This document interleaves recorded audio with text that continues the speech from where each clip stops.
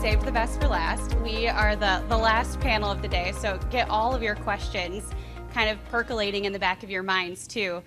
And what's interesting, so Tracy mentioned that these folks are all in different stages of their portal. And what's interesting too is, I'm sure not unlike your organizations, not all of them have dedicated marketing teams. So how can you really take advantage of digital marketing opportunities if you don't have that dedicated team? Or where do you get started? How do you keep things moving? How do you think about digital marketing in your organization? And Connor will have the most unique perspective on that, being a precision ag manager, right? Marketing is not his job. It is not his day-to-day. Yet here he is on the second panel this year with me talking about digital marketing and how the organization that he works with thinks about it and gets it on board. So with that, to kick it off, Amy, let's start with you. Tell us a little bit about Co-Alliance's viewpoint on digital marketing in general and how you kind of approach that space, and then we'll go down the line. Okay, so hey everyone, I'm Amy Kinsler, Vice President of Sales and Marketing with Co-Alliance, and really, I've been in this role just about 2 years now here at Co-Alliance, and what it represents is a real shift in the way Co-Alliance views marketing. It's a real shift in the culture that we are building around marketing from an ag cooperative standpoint. So we've invested really deeply into a marketing team, actually. We have 5 members on my marketing team. Those 5 members are focused every day on delivering the cooperative message linked to our mission to make sure that we are helping our customers realize our promise of delivering positive ROI and really amplifying their voices across not just our marketplace, but really all of the United States. So that's our guiding light from a marketing perspective. And we've started utilizing a lot of different tools here the past several years. We've really leaned into a lot of, you've got your traditional tools, you've got your traditional billboards, radios, marketing, all those things that we've done. But we've really started leaning heavily into digital marketing. So at the second table back, you see Lauren Taylor. She's actually our digital marketing specialist. Lauren, I feel like you need a wave. Because really, she's the expert on what I'm about to talk about here today. But we find that digital marketing is one of the most effective ways to meet our customers. It's one of the most price-effective ways to message to our customers.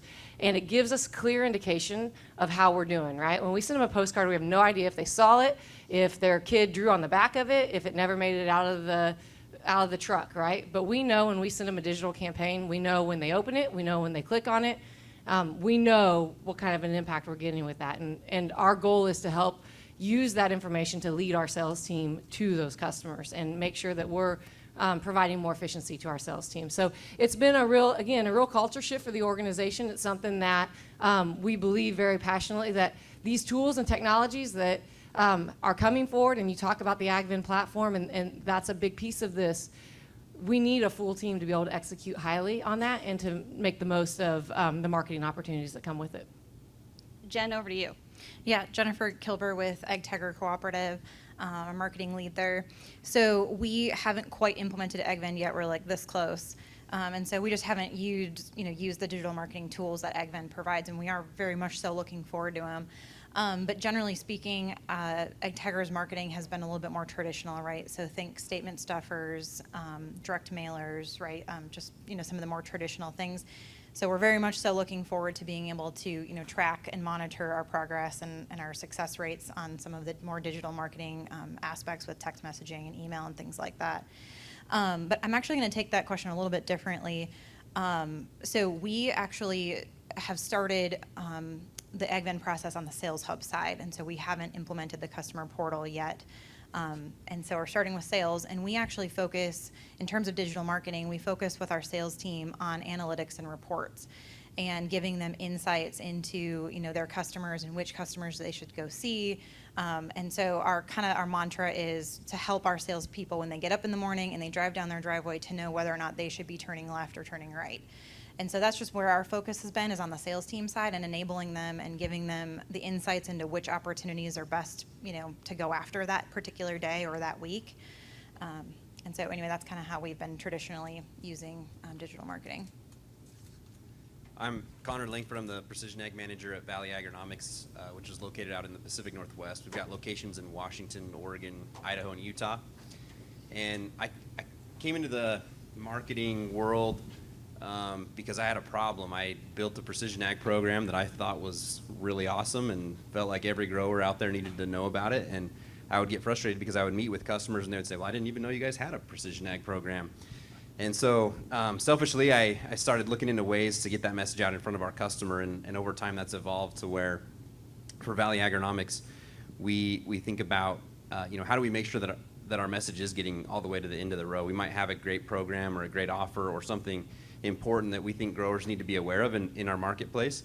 But we know that if we try to just push that through traditional channels, that may not always get to the end of the row, or it might be slow, and by the time the information gets there, it's out of date. And so as we've adopted the AgVend platform and looked at what's available there, we've been impressed with the tools that are there, like being able to send an email, being able to segment the customers that email goes to really easily, being able to send a text or an in-app notification.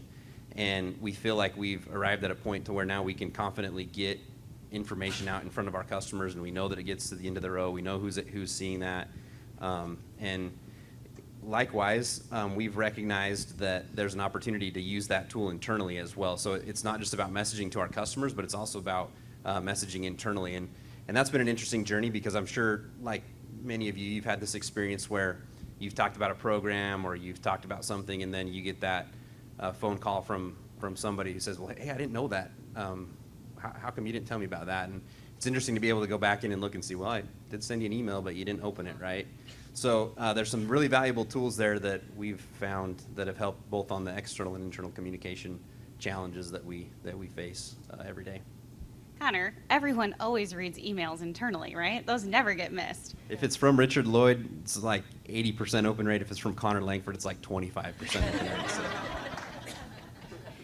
So you guys all touched on a couple of really interesting things. So I want to unpack these a little bit one by one. First off is some of the things I think that come with challenges of traditional marketing, or maybe even kind of the inaugural digital marketing that we all started to experience. So Jennifer, I want to start with you. You talked about, traditional marketing, statement stuffers. So talk to me a little bit about that and some of the other challenges that you see in those traditional marketing avenues. Mm-hmm. Yeah, so statement stuffers are one of our most hot commodity pieces of marketing. So when I say that, I mean I send out an email every month and I say, all right, business leaders, we've got a statement stuffer coming up. I got to get it printed. What content do you want on it or in it? And it's like wolves descending upon a piece of meat. I mean, everybody wants a piece of it, and obviously there's only so much real estate on that statement stuffer. And then, to the segmentation comment, there's only one statement that goes out, and there's no ability to, segment which customer gets which statement stuffer. So, I mean, I've got to cover all the bases to customers that, may not be doing business with us in every area, or it's not even applicable to them. And so to be able to, personalize that marketing message to help, soften the lead for our sales teams is going to be huge with AgVend, because, that statement stuffer is so generic and there's no ability to do any segmentation whatsoever. And it's once a month, so it's not very timely often. And it is, traditional. And I think half of our customers, like most of yours, I've heard a lot of statement comments today, probably don't even open up that statement folder or envelope. They just chuck it in the garbage. And so it's just not a very effective means. Connor or Amy, anything to add there? Challenges you've seen with your marketing or other digital platforms that you've tried? I think one of the things that we've seen challenges with traditional, very much along the lines of what you talked about, it can't be personalized, and we know that marketing today, customers want a personal experience, even from a marketing standpoint. They want to feel like that was developed for them, specifically for them. And we've seen a tremendous amount of uptake from our sales team to utilize a lot of new tools. Our sales team sends text messages with videos of themselves in it, more than I would have ever guessed if you asked me 16 months ago. Will they buy into this? Will they use it? I mean, we've got them comfortable using a selfie stick or setting up a tripod and videoing themselves out in the field, walking through an issue, or just updating their customer on the marketplace. And I think that really, again, we're all about efficiencies. We're about getting our good people across more customers as effectively as possible. And there's just that's very hard to do first of all, you can't personalize it to the customer, and you can't personalize it to the seller. So for us, that was an Achilles heel that I feel like we've really overcome here with some of the digital tools. Yeah, I would just echo those same things, right? We struggled with being able to segment our customers, making sure that we had relevant information, timely information in front of the customer. And the AgVend marketing package has really helped us to be able to do that. So being in the Pacific Northwest, we work with customers in multiple states and then also who raise a variety of crops. And we recognize that, you know, a mint grower, for example, isn't going to want information about potatoes. And so being able to go in and segment and create customer lists based on commodities that are grown or even regions where those customers are at or the states where they're in to try to make that relevant information, we feel like we've seen better open rates, better interaction because it is relevant, it is timely, it's not just kind of fluff or very generic or very high level. We're able to get into some specifics and personalize it, and that's made a difference in our efforts. Yeah, that segmentation piece is so critical, right? No one wants to be the Old Navy of ag retail emails, right? Where you get 6 a day, it's about men's clothes, kids' clothes, ladies' clothes, like doesn't matter. You're getting these ridiculous emails. And so I think that's huge, and finding different ways to be that really relevant and timely source to your customers, but also to your sales team, because all three of you noted how important it is to get internal sales teams bought in to digital marketing, right? It's not this disruption between the relationship. It's here to really soften that lead and warm that lead. So, you know, I kind of want to dig in a little bit there of how you see digital marketing really playing a role as a sales enablement tool. Connor, we can start with you since you guys have been running this play a little bit longer, and then go down the line of anything that we want to add there. We tell our internal team that our marketing efforts aren't designed to replace them or get out in front of them. With everything that we do, we try to send the information to them first so that they know what's coming, what their growers are going to be seeing, and so they can get prepared for any questions that they might have. It's been interesting as we've done that. We've seen how really these marketing efforts, I think Alexander referred to it last night, as they soften the target, right? So when the sales guy goes in there to have a conversation about a new product or something that he wants to put into a program, the grower already has some basis of understanding about that product, and it's a different conversation than if it's a whole new concept, right? And in some instances, we had one instance, it's one of my favorite stories, where the crop advisor had pulled some tissue samples. He showed up at a weekly, regularly scheduled weekly meeting with the grower. The grower had printed the email and printed the flyer that came with the email, and the first question that he had was, should we be putting this in the tank this week? I think the conditions are such that this product probably makes sense. What do you think? And it was a lot more of a conversation than a sales pitch. They were able to talk about the agronomics of the product, what they were facing, what they were dealing with, and so the grower ended up putting that product in, and now that's part of their standard program. So their second and third blight spray every year gets that product. So again, we've tried to highlight with our sales team that it's about setting the stage for them to come in and continue that conversation, really get into the personalization of it. This is how much product you're going to need. This is where it fits on your operation. And it's led to a better conversation than just having to come in and start cold. And Jen, how do you see that with the Agtegra side? How would you see that really helping with the consistency of the messages too, that your sales teams are sharing with the growers, that the company is sharing with the growers? Like, how does that consistency play into it? Yeah, so we actually 2 years ago now launched a program, and it was almost more of an internal program than it is an external program, and we called it Triple Play. And essentially, the whole goal of it was to try to, go at our customers with a consistent, holistic, whole farm, whole company approach. And so it involves all 4 of our main core business divisions: grain, agronomy, energy, and feed. And what we learned through the program, and we thought it was just going to be a customer program. Customers would be stoked that they get, a nickel discount or a nickel premium on their grain, and some discounts on fuel. But what we learned was that we have energy salespeople out there, grain originators out there, sales agronomists out there, feed salespeople out there that are all having individual siloed conversations with our customer. And really, in reality, they're an Agtegra customer, and so they should be getting a holistic, consistent Agtegra experience, but they weren't. They were getting, well, this is my agronomist, and this is what I do over here with them, and this is what I do with my energy salesperson over here. And it was just inconsistent, right? And so one of the main things when we were looking at AgVend was, hey, can you help us with cross collaboration and, cross-divisional selling and bring that whole, Agtegra experience together into one platform? And honestly, even though these salespeople, they sit literally across the hallway from each other, there's just sometimes, they're out visiting customers, they're busy, and communicating with each other sometimes just doesn't happen. And so I think AgVend's going to help us cross that, or help them cross the bridge, across the hallway, so to speak, and help, at the end in the morning, right? Which direction should I pull out of the driveway? Should I go left? Should I go right? Which customers have had a conversation with the energy and the grain side that I need to go follow up on the agronomy side, or vice versa.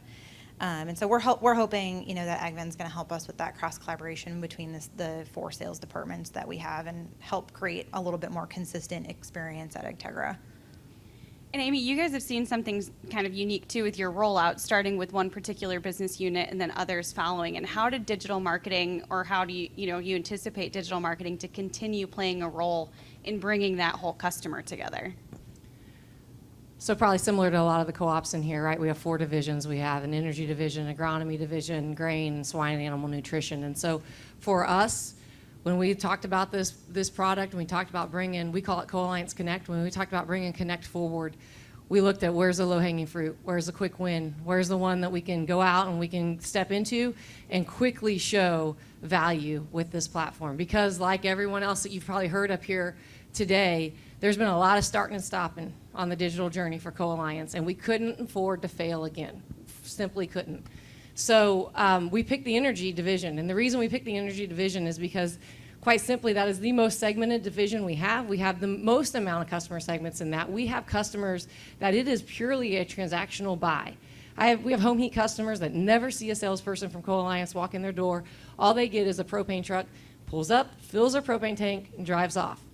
Well, how do we market to them better? Wow, this is the system to help us do that. And the majority of those home heat customers, again, a big segment of them, but they're used to doing business online. When we talk about ag and we talk about the different segments in ag, and that there are older generations that don't like to do business online and younger generations that do, and the stereotypes that come there, the same applies to this home heat customer, right? We've got grandmas that are coming on to Co-Alliance Connect, and they are paying their bills online and they love it. And so for us to go launch into that division was really critical, and we've had tremendous uptake from that division. And our leads in that, and launching that and making it effective, number one, is purely driven from a marketing standpoint, right? Those customers see what marketing puts out. That's their engagement with Co-Alliance. And so our marketing team had to be on. We had to make sure we were engaging via social media, direct mailing, statement stuffers. Any chance we could put Co-Alliance Connect and our promotional video in front of them, we did. And then our admins played a tremendous role. I've heard a lot about salespeople in here during this conversation today, but one of your front lines of defense are your admins that sit at those locations, and they handle the money every month. And when they give confidence to the customer, you can go online, you can pay this bill online, or you can access your account. And that question you just asked me, just go online. It's right here. When they give that voice of confidence to the customer, those customers move quickly. And we've seen it. We've seen over 7,500 customers move in the past 2 months to Connect. And our goal is to get to 30,000 by the end of the year, and we feel pretty confident that this path is going to take us there. And it's a exceptional customer experience that really delivers that. Yeah, and then even more so, you have all of those individuals in the portal, so you can start really leveraging those marketing communications, leveraging those opportunities for your sales team. And so, Connor, you guys have been, you've been one of our longest standing partners. I would say you are our longest standing portal partner. And so I'm curious to see, how that digital marketing has played a role for your sales team in driving additional dollars through your doors, right? At the end of the day, sales team members are going to get really excited if they're making sales a little bit easier and they're getting that credit for it. And so how have you seen that impacted with digital marketing, and how important is that reporting opportunity too? Yeah, so as the marketing package as we've had the ability to attribute sales dollars back to our marketing efforts, that's been exciting from the perspective of really being able to turn the headlights on and see, okay, is what we're doing, is what we're investing in, is what we're making this effort for, is it paying off? And we've seen over and over again that it does. So our crop advisors don't necessarily see or know always that, maybe that sale is attributable back to that marketing effort, but they do have the ability to go in and see who's opened those emails and who's maybe a good lead or somebody that they should follow up with to have a conversation with. And I'll use an example from just this summer that I think is kind of an interesting one. In Oregon, we work with wine grape growers, and there was a new product that was coming out and just had received its MRLs. The manufacturer was excited about it. Our viticulturist was excited about it. Not very many growers had heard about it, and so we created a really segmented customer list that didn't actually have very many customers on it, and then we put the campaign together and we sent it out. And the feedback that I've gotten from the viticulturist is that he was like, man, that worked. Like, they read that email, they started asking questions about it, and then it's been exciting to follow that through and to be able to see the sales come through and to be able to see the new customers that are attributable back to that campaign. And so then as that has happened, right, similarly to your experience with like the mailer, now we have more and more people that are saying, hey, I've got this thing that I want to send out that way too, right? Can we do something around this product that I need my customers to know about? And so as our sales team's realizing the potential here of that really and truly this can translate to dollars for them, and it's just something that they can follow up on, that sales enablement component makes that easy, they're getting excited about it. Yeah, fantastic. Shifting gears a little bit, we're thinking about, you guys keep mentioning campaigns, right? And campaigns mean something different to everyone else. Is it just an email? Is it an email and a text? Is it a couple of emails, right? So curious to hear your thoughts. We'll start with you, Amy, on what a true campaign is in your mind, and how important is it to have different elements or different modes of communication within a campaign?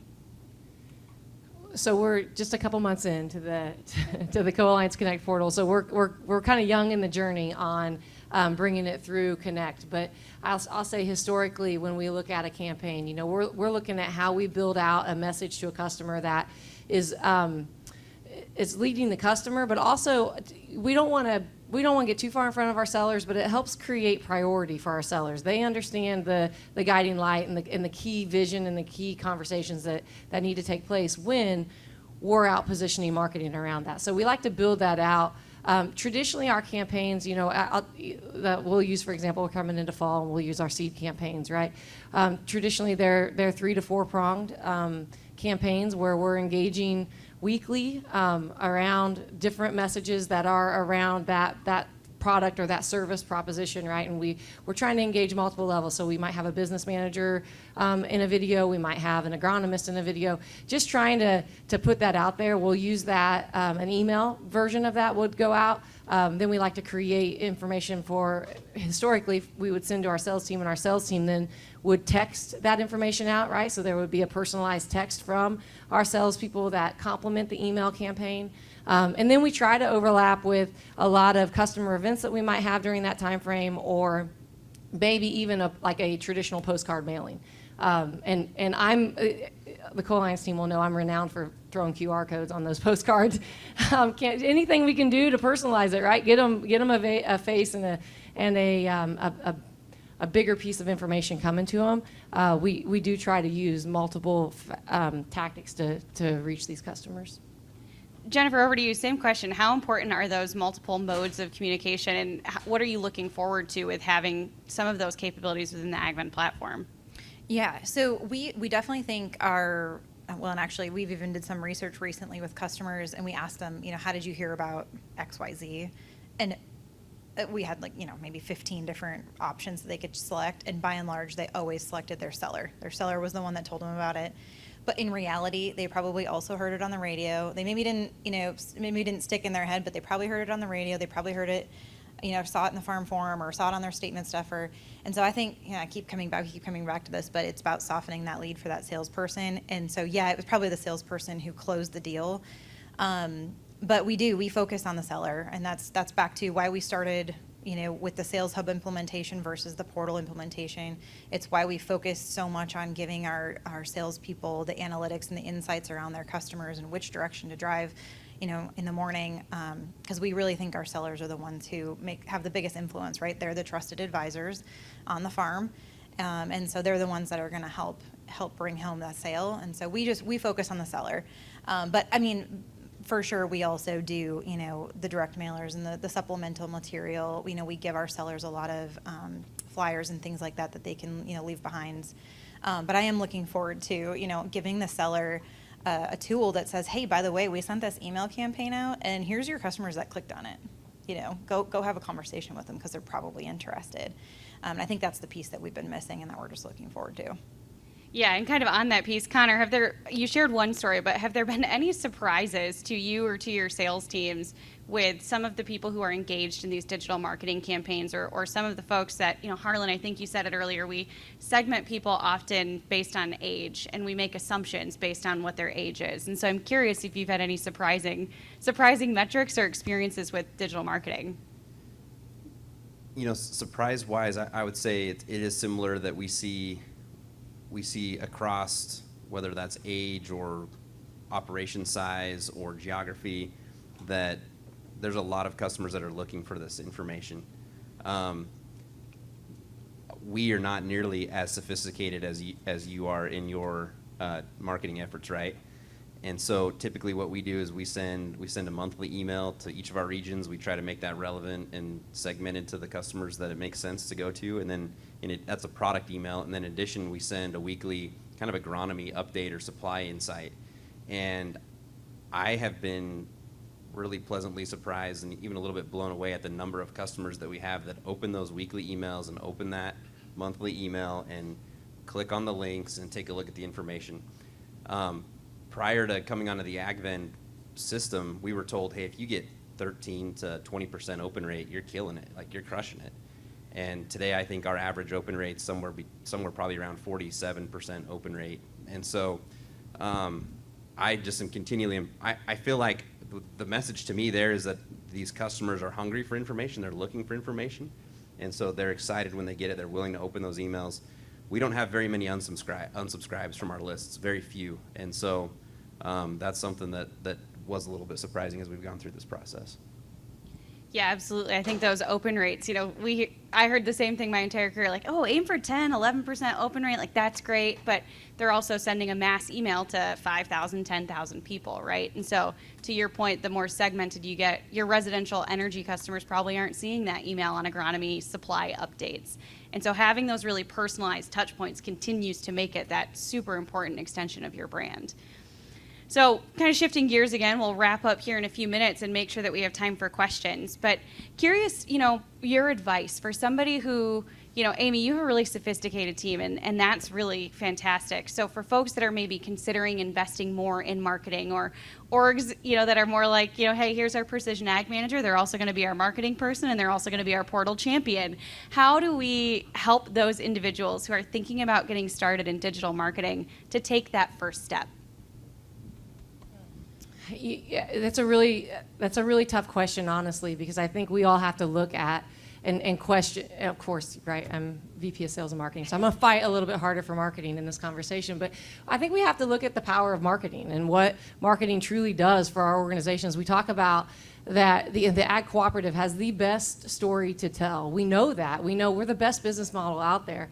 We just don't tell it well enough, and we don't tell it often enough. And so I think that there's a lot of value in a elevated marketing position in a lot of our cooperative businesses here. But at the same time, what the digital market will bring us, what AgVend will bring you, is an ability to have a direct line of communication to your customer, is an ability for you to be more sophisticated in how you talk to them.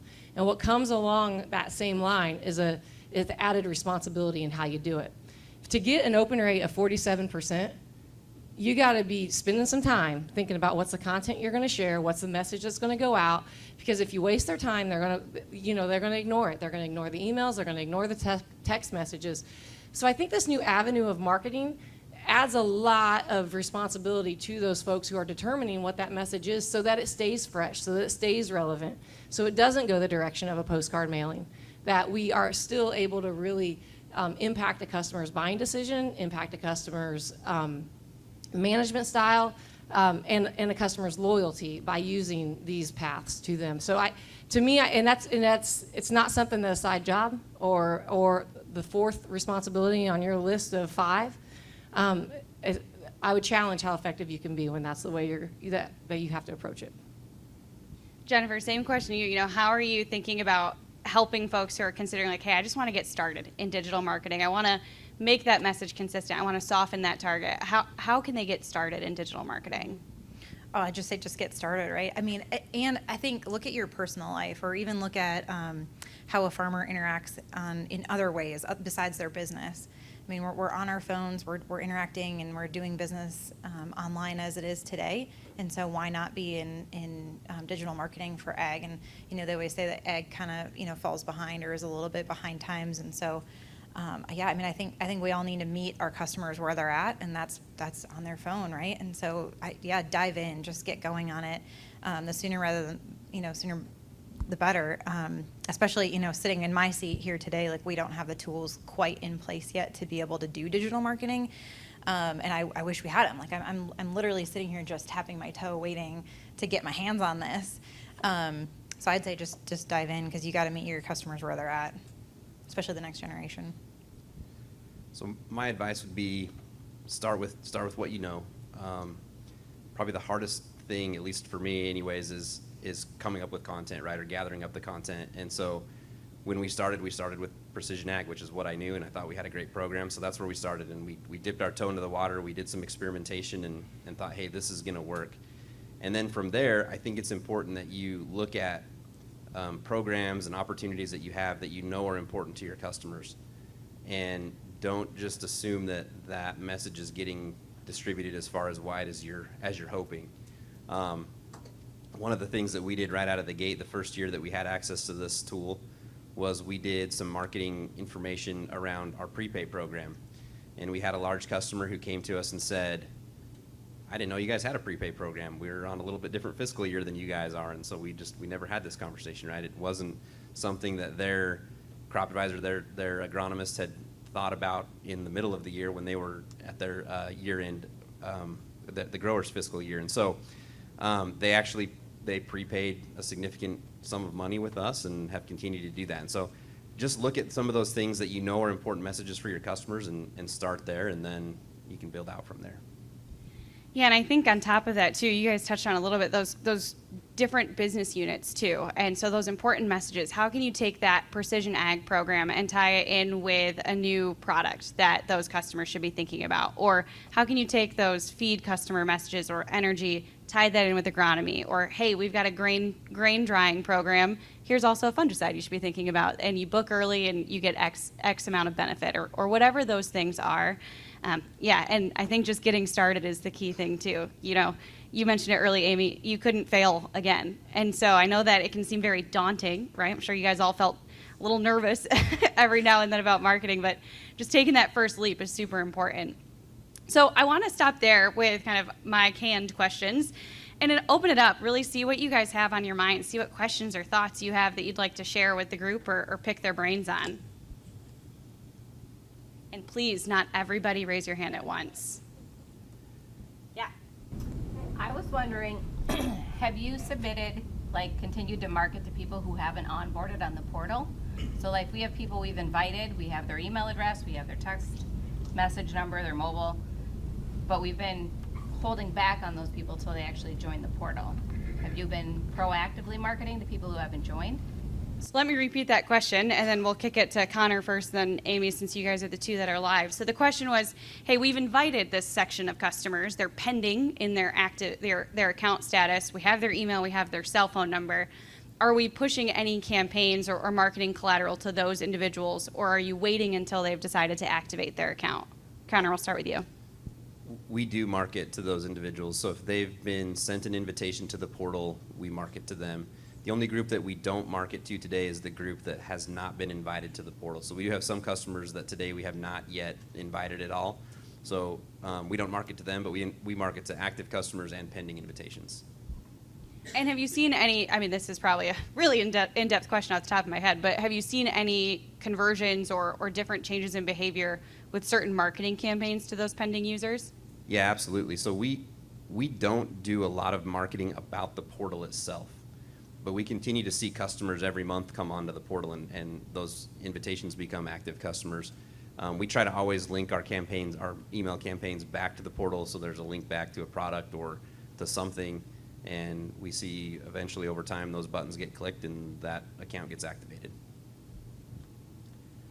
So that's been an aha for me, actually, that as we've been here at this retreat. We haven't been. Well, initially, right, we started with just really honed in on our energy team, and so we spent a lot of time and effort to the energy customer, which was a little cross collaboration, right, with your agronomy and grain and swine, depending on if you had business and all those other divisions. But we've kind of had a slow burn on agronomy, but we're getting ready to turn it up here as we head into the fall season. I didn't realize that you could market directly from Connect to those customers if they weren't on Connect. That was kind of a roadblock in my brain, right? We're still using Constant Contact and hit them up from a texting perspective, and doing a heavy lift on the engagement and metrics and serving that back out to our sales team. So actually that's been a real learning for me here today, and I think that we definitely should look at, our communication efforts, how we drive those through Connect to drive the customer back to Connect. But a little different than you, Connor, we have aggressively really marketed Connect as a service that we bring, and as a differentiated customer experience. We've spent a lot of time and effort around that message to try to get a customer to sign up and come on board. And the reason why we've done that is because, like I said, we have been down the path a few times before. So we needed to make sure the customer knew that this was a clear priority, and we expected a positive result. I have a question around how do you prioritize what is the most important things to be talking about? Like, how do you work with the business to determine what the most important things to market to are? And then what's the most creative marketing campaign that you've done? Yeah, so repeating that question, how do you prioritize with the business? Particularly, you guys all have at least more than one business unit that you're working with. So how do you prioritize those messages and that content? And then second part was, what's the most creative or fun campaign that you've run? So Jennifer, how do you prioritize? Well, at least start with that one with you. How do you prioritize, or how do you plan to prioritize? It's tough, but we start with the customer. So whichever, unfortunately for our energy and feed division, it's whichever one meets the most needs of the customers, right? So a lot of times the grain and agronomy ones win out because they've got the largest group of customers, and it impacts the majority of the customers, which is, why segmenting and being able to do digital marketing to different segments is so important, so that you can do, multiple things at once to each segment. But yeah, whichever one impacts the biggest amount of customers, and, probably also, at the end of the day, brings the most ROI either for the customer or for us. And what's a fun campaign that you guys have run so far? I would say our back to our triple play one, it's been fun because it involves all 4 divisions of our organization, and it leaves nobody out. It's a holistic, whole farm offer. And, it's fun, right? Because it involves the whole entire business, and it gets them to come and do the full acre with us. And so that, just from that perspective, it's been fun. Connor, over to you.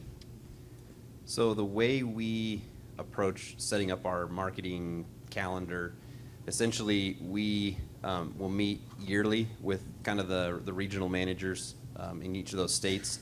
We discuss products and some of the things that are important to them. We also talk about other topics that maybe make sense to market or talk about during that time of the year. And then we come up with a plan that looks out for a year. And then we review that quarterly and talk about, is there any changes, does this still make sense, timing-wise, does this need to shift?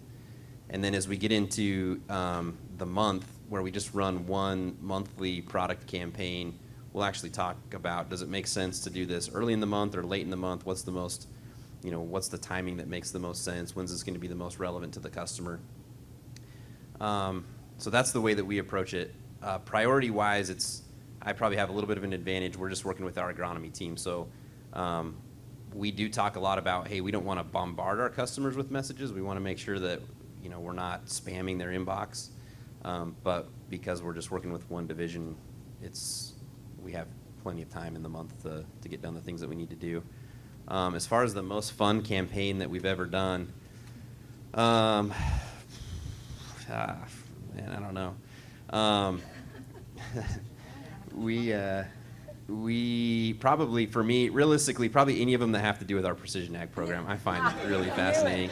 I usually know when they go out, and usually 20 minutes after it's been sent, I'm popping in there to see who's opened it and who clicked on the links, and it usually doesn't show yet, and so then I'm anxiously awaiting to see who's, who I can go talk to about precision ag. So for me, those are the ones that I always have a good time with.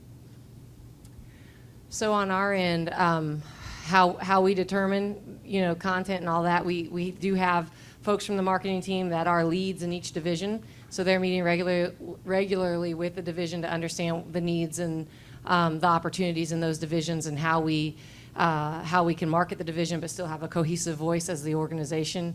Priority-wise, our energy team thinks they are top priority. I can say that because no one in here is with Co-Alliance Energy. But they, and they have a very, again, I talk about taking a marketing perspective on it. They have a very large audience, and an audience that can be marketed to that is a different buying behavior than what we see in agronomy. So we do spend a lot of time in energy and marketing towards energy. But our agronomy team as well, there's a lot of priority around that business partner message and how we get that message across to a broader customer base. We, just like everyone else, finding good salespeople, equipping salespeople to be powerful on the farm. We know we've got some real rock stars out there, and our goal is to spread them across as many customers as we can. And this platform and our digital marketing tools allow us to do that a lot more effectively and allow them to touch more customers more often. From a creative standpoint, we just really finished up. We merged with another cooperative, with Harvestland Cooperative, almost 2 years ago now at this point. And so we just came through a really creative phase where we took the time to really understand who we were as an organization, what our values were, our mission as a new cooperative.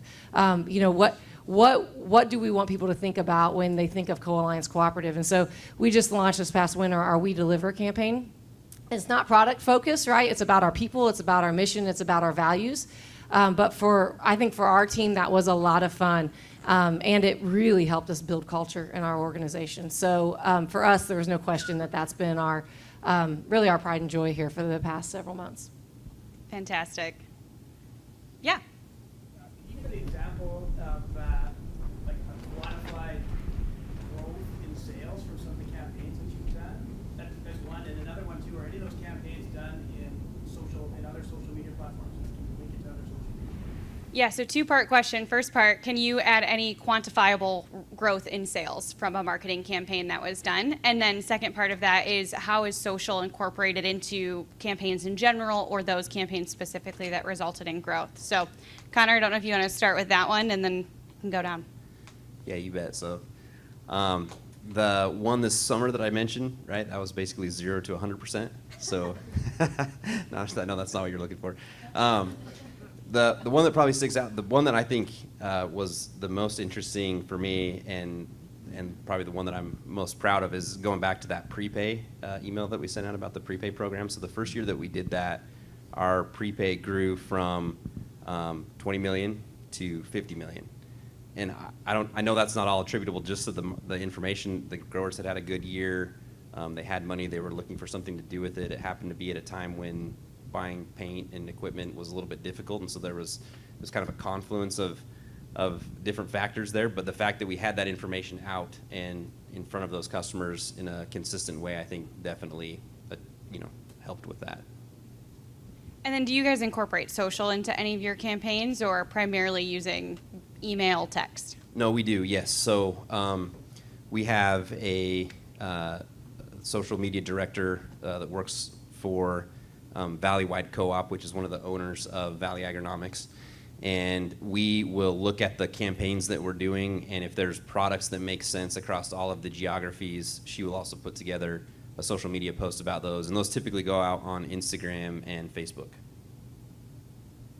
Jennifer or Amy, any stories you want to share? Yeah, I don't have any specific numbers or anything, but it always seems like year 2 things pick up for us, right? Because what happens is, what we find is that the first year we launch something new, the sales team will take it to their core group of customers, so we do get some traction, but then it's always year two where we get the majority of traction, because that's when all the other customers start to hear about it. And so that just kind of probably tells us, honestly, that we don't do a good enough job of communicating to all of our customers about the offer or the product or whatever it is we're trying to talk about. And so I think we can do a better job of trying to reach all of our customers that it affects, versus just the ones that our sales team is comfortable going out and having that conversation with. So hopefully, I think once we start using some more digital campaigns, we can help soften that lead and get that information out to all of our customers, so that they know about it, right? They're aware. So that question is really similar to one my CEO gives me every month when we sit down and talk about the marketing spend. I think that it's something that we really look forward to having Co-Alliance Connect with AgVend to really more directly correlate. Right now, it's not been a direct quantitative. We know that this campaign drove this result by grower. We have always struggled with that, and so really looking forward to AgVend helping us make that connection. But we have definitely seen the movement, right? You run a fungicide campaign, and this past year we ran it earlier because we wanted to get movement on fungicide earlier because of supply concerns. We saw movement on purchases of fungicide much earlier that tied along to the campaign. Was it the campaign? Was it because our sales team were focused on it because there was a campaign? Was it just because that message of supply was out there? All those factors probably all added together to make that movement happen. On our propane side of the business, we have a little more of a quantitative view of that because we use a third party, right? When we're out prospecting propane, we're not able to get access to those third-party customers, those prospect customers. So we use a third party to help us identify them. They help us quantify it a little bit, but still, there's work to be done to make sure that we are effectively driving results with our marketing campaigns. So I look forward to that from the AgVend side of things. From a social standpoint, I should have mentioned that earlier. Every campaign we run, we try to echo socially. Lauren is really the expert again on this, but if we're doing it in certain areas, we'll promote in certain areas. We'll run social campaigns based upon the areas that that marketing campaign is being run, and customize it to our different areas across our footprint. So that's a really powerful tool to engage customers and prospects alike, and stakeholders just in general, engaging the population around what we do as a cooperative. Kind of goes back to that hitting customers in the areas that they want to be communicated with, right? Like, do they want to be seeing it on Instagram? Do they want to be seeing it on their email as a text message, app notification, and really making sure that they're seeing that message frequently, consistently, and so they have that in the back of their mind when their salesperson comes to chat with them. Richard, I saw you had a hand up. We'll use that as the last question. So maybe not quite a question, just a comment. There's an opportunity here on this digital marketing besides just connecting to our customer and doing these campaigns.